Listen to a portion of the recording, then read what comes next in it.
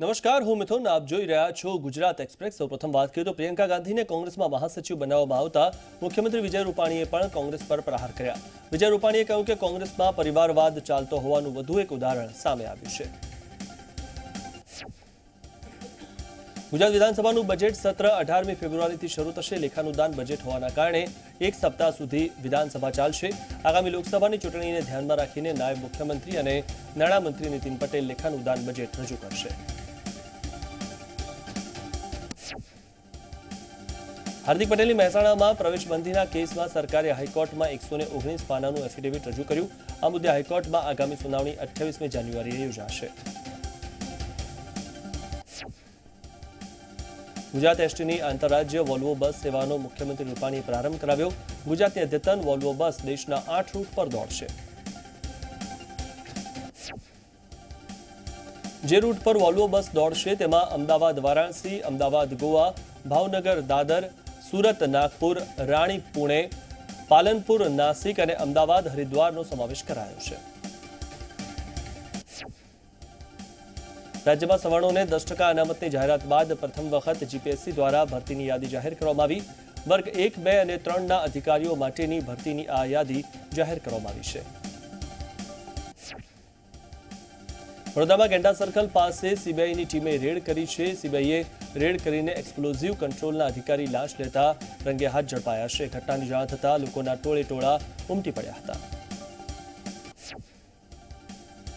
અમદાવાદ પોલીસે છારાનગર વિસ્તારમાં ફરી રેડ કરી અને 3 થી 4 સ્થળેથી દારૂ ઝડપી પાડ્યો. રેડમાં 300થી વધુ પોલીસ કર્મીઓ જોડાયા. મોદી સરકારે સવર્ણોને 10% અનામત આપવાના નિર્ણય લીધા બાદ ગુજરાત સરકારે પણ સરકારી નોકરી અને શિક્ષણ સંસ્થાનોમાં અનામત માટેની જાહેરાત કરી હતી.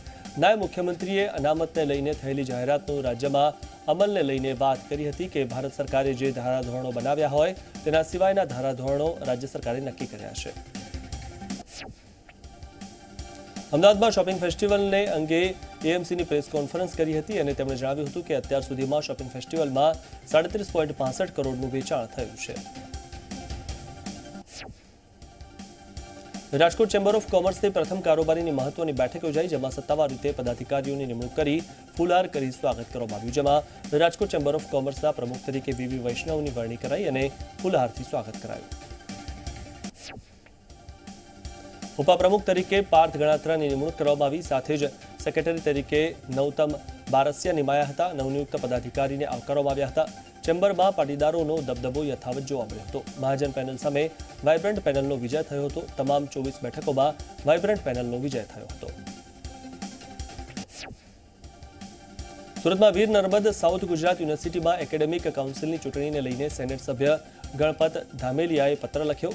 કુલપતિને લખાયેલા આ પત્રમાં ધામેલિયાએ ગંભીર આક્ષેપ લગાવ્યા છે. યુનિવર્સિટીમાં જાતિવાદી રાજકારણ ચાલે છે, ત્યારે આચાર્ય, એચઓડી અને પ્રોફેસરોને ધમકી આપવામાં આવે છે. ત્યારે પત્રમાં યુનિવર્સિટીને ભગવાન બચાવે તેવો પણ ઉલ્લેખ કરવામાં આવ્યો છે.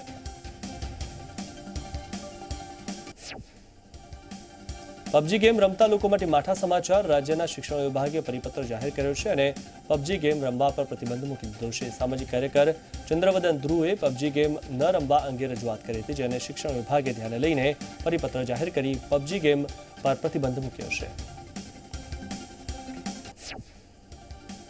શાળાના વિદ્યાર્થીઓને પબજી ગેમ રમતા હોય તો તેમને પબજી ગેમ ન રમવાના પાઠ શીખવવા શિક્ષકોને સૂચન આપ્યું છે.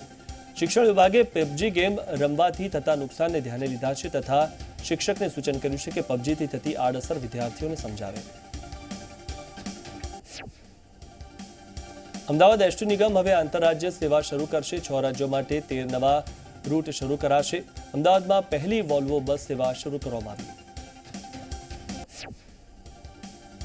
આંતરરાજ્ય સેવાની શરૂઆતને મુખ્યમંત્રી વિજય રૂપાણીએ લીલી ઝંડી આપી. તેમજ 1954 કંડક્ટરોને નિમણૂક પત્ર પણ આપવામાં આવ્યા. લાખણીમાં નવા બનનારા બસ સ્ટેન્ડના ખાતમુહૂર્તની આમંત્રણ પત્રિકામાં નામ બાબતે થયેલા વિવાદનો સુખદ અંત આવ્યો. જે અંતર્ગત આમંત્રણ ફરી છપાવી દિયોદર ભાજપના હારેલા ધારાસભ્ય કેશાજી ચૌહાણના નામ સાથે દિયોદર કોંગ્રેસના ધારાસભ્ય શિવાભાઈ ભુરિયાનું નામ ઉમેરાતા તેઓ હવે ખાતમુહૂર્તમાં હાજરી આપશે.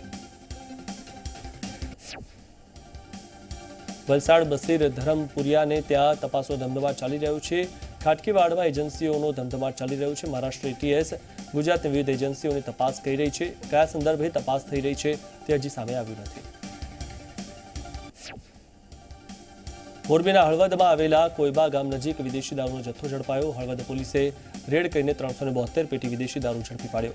ગાજરની આડમાં વિદેશી દારૂ લાવવામાં આવતો હતો. પોલીસે દારૂ, ટ્રક, ટ્રેક્ટર અને મોટરસાયકલ સહિત 39 લાખનો મુદ્દામાલ જપ્ત કર્યો.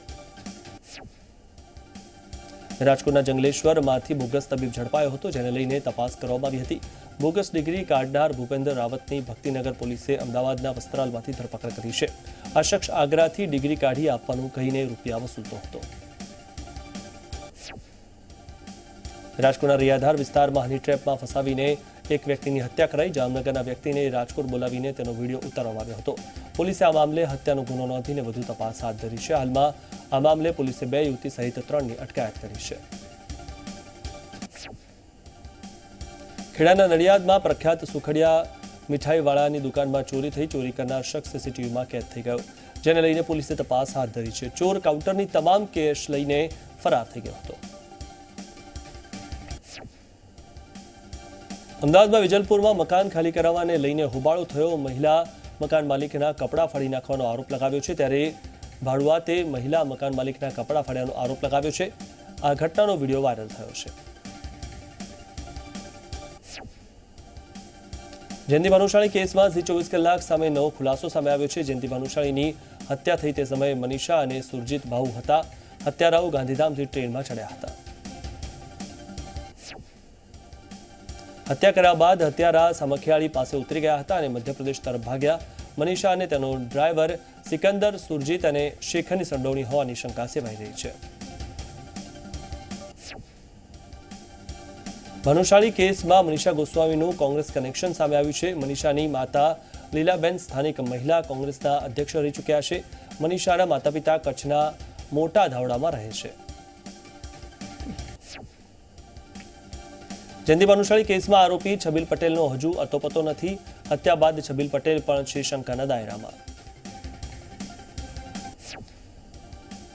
જયંતિ ભાનુશાળીના પરિવારે જયંતિ ભાનુશાળીની હત્યાનો આરોપ છબીલ પટેલ પર લગાવ્યો છે. છબીલ પટેલ વિદેશ છે કે દેશમાં જ છે, તેના પર પણ તર્ક વિતર્ક ચાલી રહ્યા છે. છબીલ પટેલ કેમ સામે નથી આવતા તેવા પણ સવાલો ઉઠી રહ્યા છે. છબીલ પટેલ અને જયંતિ ભાનુશાળીની રાજકીય દુશ્મનાવટ હતી તે જગ જાહેર છે. પંચમહાલના કાલોલમાં આવેલા વિજલપુર પાસે ટેમ્પો ચાલકે એસટી બસને ટક્કર મારી. ટેમ્પો ચાલકની ટક્કરથી એસટી બસ ડિવાઈડર પર ચડી ગઈ હતી. એસટી બસમાં સવાર 30 જેટલા મુસાફરોનો બચાવ થયો છે. એસટી બસ ઝાલોદથી નવસારી જઈ રહી હતી. ભરૂચના ઝઘડિયાના કરારવેલ ગામે કેમિકલ ભરેલું ટેન્કર પલટ્યું. કંપનીમાંથી કેમિકલ ટેન્કરમાં ભરીને વાપી લઈ જતા સમયે અકસ્માત સર્જાયો હતો. અકસ્માતના કારણે કેમિકલ ઢોળાયું, જેને લઈને સ્થાનિકોને આંખોમાં બળતરા તેમજ શ્વાસ લેવામાં તકલીફ પડી હતી. રોણાપટિયા કેસમાં 4 લોકોના જામીન મંજૂર કરાયા. સુપ્રીમ કોર્ટે 4 લોકોના જામીન મંજૂર કર્યા. ઉમેશ ભરવાડ, પ્રકાશ રાઠોડના જામીન મંજૂર કરાયા છે. સાથે જ હર્ષદ અને રાજકુમારના જામીન મંજૂર કરાયા છે. ચાચર બંગડીવાળી ગીતના વિવાદને લઈને હાઈકોર્ટમાં સુનાવણી હાથ ધરવામાં આવી. બંને પક્ષકારોને કોર્ટે ઉધડો લીધો. કિંજલ દવેના પક્ષકારને કોર્ટે જણાવ્યું કે નીચલી કોર્ટે 20થી વધુ દિવસનો સમય આપ્યો હોવા છતાં જવાબ રજૂ કેમ ન કર્યો. તો આ તરફ અરજદાર પક્ષને કોર્ટે જણાવ્યું છે કે 2 વર્ષ પછી કેમ પિટિશન દાખલ કરી. આ મામલે આવતીકાલ સુધી સુનાવણી મુલતવી રાખવામાં આવી છે. જૂનાગઢમાં એક સાથે 10 સિંહની મોડી રાત્રે રસ્તા પર લટાર મારતો વિડીયો વાયરલ થયો. શિકારની શોધમાં એક સાથે નીકળેલા સિંહ અને સિંહણ રસ્તો ક્રોસ કર્યાનો અનોખો વિડીયો વાયરલ થયો. રસ્તા પરથી પસાર થઈ રહેલા કાર ચાલકના મોબાઈલ કેમેરામાં સિંહની લટાર મારતો વિડીયો કેદ થયો હતો. જૂનાગઢ શહેરની ભાગોળે આવેલા ગિરનારના જંગલમાં 50થી વધુ સિંહનો વસવાટ છે, જેને કારણે છાશવારે શહેરમાં શિકારની શોધમાં નીકળેલા સિંહના વિડીયો અવારનવાર વાયરલ થતા હોય છે.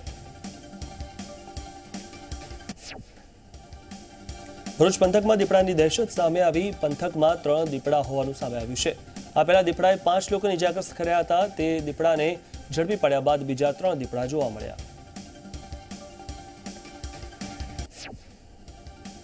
ઝઘડિયામાં દીપડો દેખાતા સરપંચે વન વિભાગને જાણ કરી છે અને 5 અલગ અલગ ગામમાં પાંજરા મૂકી દીપડાની પાંજે પૂરવાની કવાયત હાથ ધરી છે.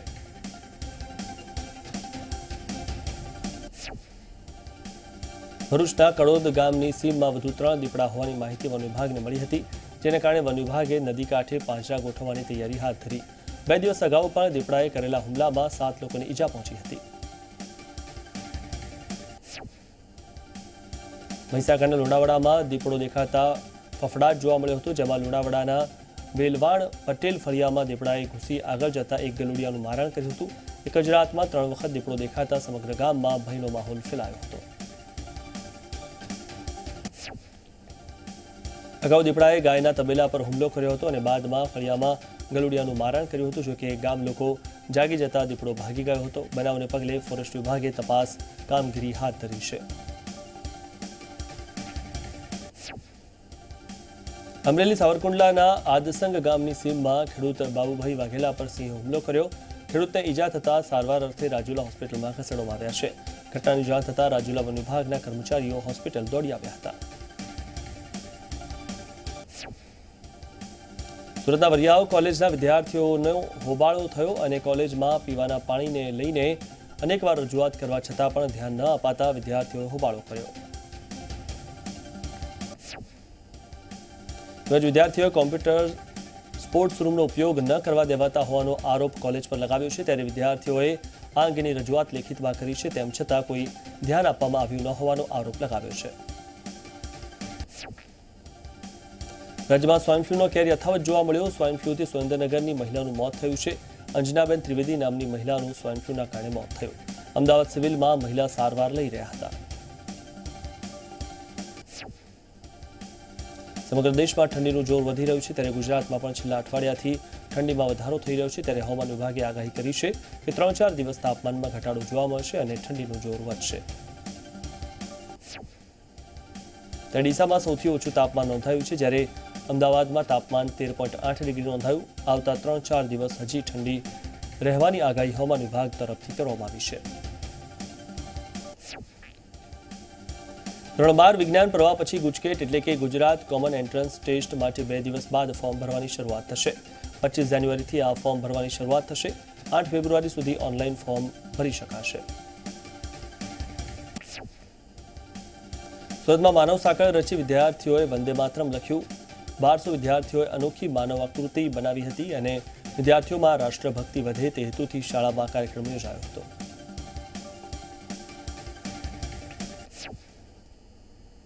આગળ જાણીશું વધુ સમાચારો। હાલમાં સમય થયો છે બ્રેકનો। બ્રેક બાદ આપનું સ્વાગત છે। સુરતના સિલ્વર ચોક વિસ્તારમાં મોતનો ખાડો આવેલો છે। શોપિંગ કોમ્પ્લેક્સ ક્રિસ્ટલ પ્લાઝાની ઓપન ગેલેરીમાં ખાડો પડી ગયો છે, જેમાં એક યુવાન ખાડામાં પડ્યો, જે ઘટના સીસીટીવીમાં કેદ થઈ છે। અમદાવાદમાં નવી આરટીઓ બનતા પહેલા જ 3 કરોડનો ખર્ચ આવશે। અમદાવાદ આરટીઓ કચેરીને નવી બનાવવા માટે સ્થળાંતર કરવામાં આવશે। નવી આરટીઓ કચેરી બનતા 2 વર્ષનો સમય લાગશે। ભાડા પેટે માસિક 12,40,000 ચૂકવવામાં આવશે।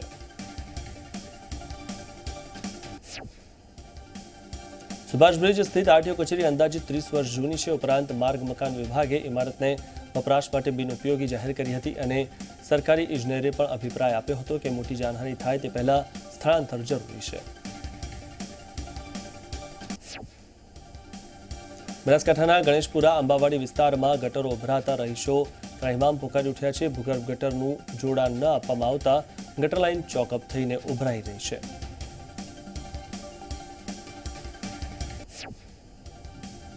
ગટરો ઉભરાતા આંબાવાડીમાં રહેતા 200 પરિવારો ગંદકીથી પરેશાન છે। ગટરનું પાણી ઉભરાતા રોગચાળો ફેલાવાની ભીતિ સેવાઈ રહી છે।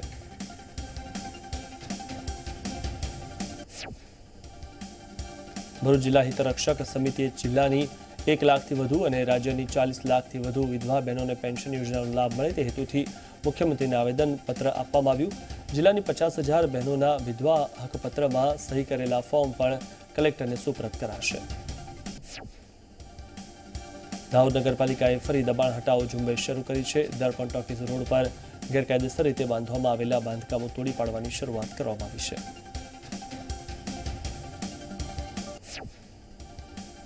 આ કાર્યમાં પાલિકાની ટીમ સહિત કલેક્ટર પણ હાજર છે। પોલીસના કાફલા સાથે પાલિકાએ દબાણ હટાવવા શરૂઆત કરી।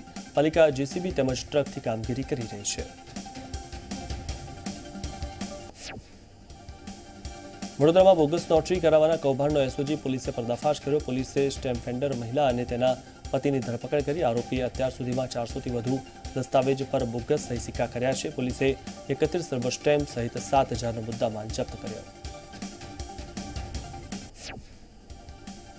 બનાસકાંઠાના ધાનેરાની નેનાવા ચેકપોસ્ટ પાસેથી દારૂ ભરેલી ટ્રક ઝડપાઈ. પોલીસે બાતમીના આધારે ટ્રકમાંથી વિદેશી દારૂની 310 પેટી ઝડપી પાડી ટ્રક ચાલકની અટકાયત કરી. પોલીસે દારૂ સહિત 24.88 લાખનો મુદ્દામાલ ઝડપીને વધુ તપાસ હાથ ધરી છે.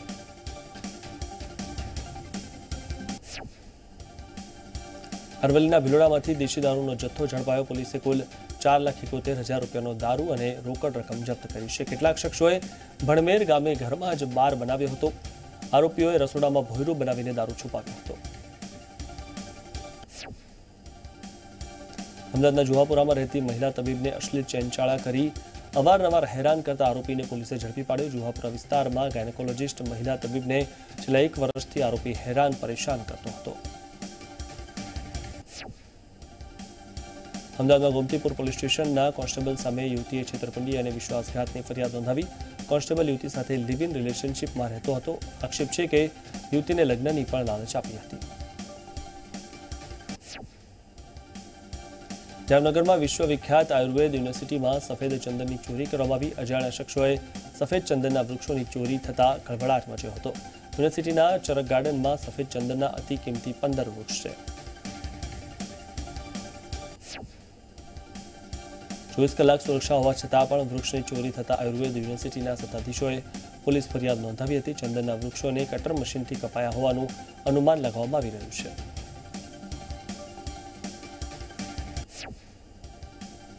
સુરેન્દ્રનગર દરોડા પાડવા ગયેલી પોલીસ પર હુમલો કર્યો છે. પોલીસને ગેરકાયદે રેતી ચોરીની બાતમી મળી હતી, જેને લઈને પોલીસે દરોડા પાડ્યા હતા. તે દરમિયાન ભૂમાફિયાઓ અને પોલીસ વચ્ચે ઝપાઝપી પણ થઈ હતી.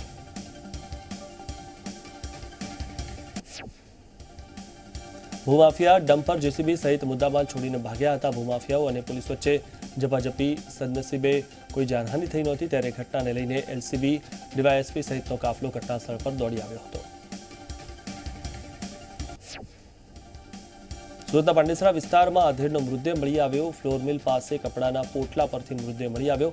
શંકાસ્પદ હાલતમાં લાશ મળતા પોલીસે અકસ્માતે મોતનો ગુનો દાખલ કરી તપાસ હાથ ધરી છે. સુરતના આરકેટી માર્કેટમાં ચોરીના મામલે 4 આરોપીઓના બેંક ખાતા સીઝ કરવામાં આવ્યા. ચોરીની ઘટનામાં બેંક ખાતા સીઝ કરાયા હોય તેવી આ પ્રથમ ઘટના છે. ઉલ્લેખનીય છે કે આરકેટી માર્કેટમાંથી 3 કરોડથી વધુની કિંમતના કાપડના માલની ચોરી થઈ. જામનગરમાં રિલાયન્સ સીએસઆરના સહયોગથી જામનગર પોલીસ વિભાગને અત્યાધુનિક સુવિધા સજ્જ 4 બાઇક અર્પણ કરવામાં આવી. જીપીએસ, વોકીટોકી અને કેમેરાથી સજ્જ પેટ્રોલિંગ બાઇકનું રેન્જ આઈજી દ્વારા લીલી ઝંડી આપીને પ્રસ્થાન કરવામાં આવ્યું. બનાસકાંઠામાં ધ્વજવંદન સમારોહના કાર્યક્રમનો મંડપ ધરાશાયી થતા 3 શિક્ષકો ઇજાગ્રસ્ત થયા. ઇજાગ્રસ્તોને તાત્કાલિક સારવાર માટે હોસ્પિટલ ખસેડવામાં આવ્યા હતા. વધુ પવન ફૂંકાવાના કારણે મંડપ ધરાશાયી થયો હતો. રામપુરા 4 રસ્તા પાસે 26મી જાન્યુઆરીએ યોજાનારા કાર્યક્રમ અંગે તૈયારી કરવામાં આવી રહી હતી. તે સમયે દુર્ઘટના ઘટી હતી. બોટાદમાં સરકારી હોસ્પિટલમાં તબીબોની અછત હોવાથી દર્દીઓને પરેશાન થવું પડી રહ્યું છે. બોટાદ સહિત આસપાસના 50થી વધુ ગામડાઓના દર્દીઓ સારવાર માટે બોટાદની હોસ્પિટલમાં આવે છે, પરંતુ અહીં તબીબોના અભાવના કારણે ગંભીર બીમારીવાળા દર્દીઓની સારવાર નથી થઈ શકતી.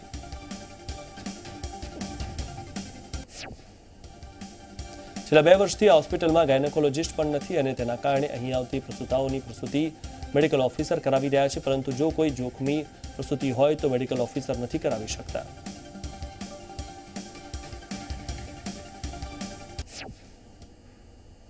આગળ જાણીશું વધુ સમાચારો. હાલમાં સમય થયો છે બ્રેકનો.